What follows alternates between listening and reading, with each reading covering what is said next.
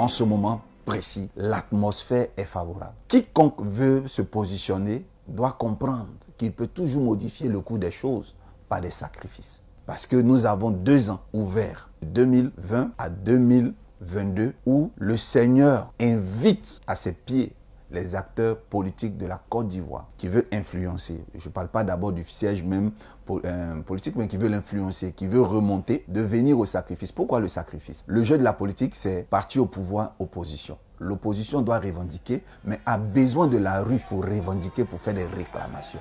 Mais la rue est minée. Dieu m'a révélé quelque chose qui n'est pas sorti dans la vidéo. Pendant qu'il y avait le confinement et qu'il y avait les couvre-feux qui commençaient à partir de 21 h, et que les Ivoiriens se posaient la question de savoir quelle était cette stratégie au niveau de la sécurité et d'hygiène publique, quelle était la stratégie d'un couvre-feu à partir de 21 h. J'ai commencé à m'interroger une nuit quand Dieu ouvre mes yeux et Dieu me montrait que pendant que tout le monde était endormi pendant le confinement, il y avait du sang des animaux qui coulait dans les rues et que ce sang-là préparait un événement, une décision qui allait être prise au plus haut niveau de l'administration ivoirienne, qui allait déplaire à la population. Alors cette population qui allait forcément descendre dans les rues allait vraiment venir en grand nombre. Alors ce sang qui a coulé est pour anticiper toute revendication dans les rues de Côte d'Ivoire.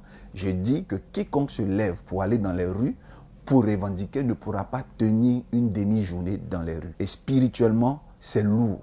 Donc c'est une manière pour moi subliminale de prévenir les opposants que le temps n'est plus à la diplomatie, qu'on ne compte pas sur le viral des réseaux sociaux pour révolter la population. Même s'ils sont révoltés, qu'ils vont dans les rues, très tôt, ils vont revenir chez eux à la maison. Je n'ai pas peur depuis 2010. Je n'ai plus peur. Je suis l'un des seuls pasteurs restés ici en Côte d'Ivoire. Je ne suis pas allé en exil et je vous informe que les services des renseignements généraux de la Côte d'Ivoire me connaissent très bien. Je sais que je suis issu écoute. Les hommes politiques d'un certain niveau sont mystiques. Ils savent que je suis mystique. Ils savent qu'avoir affaire à moi, il y aura vraiment des retombées qui ne sont pas très reluisants. Vous savez, il y a un karma. Il y a un karma. Il y a des hommes, on ne s'attaque pas à eux dans une nation. Dans le monde spirituel, il y a des codes. On ne s'attaque pas à eux.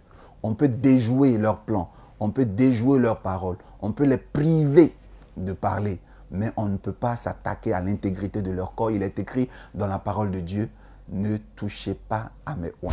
C'est de réussir à faire revenir tous les exilés. Qu'ils soient empêchés ou autorisés à se présenter, mais au moins qu'ils viennent sur le territoire ivoirien et qu'il y ait des référendums, des réconciliations.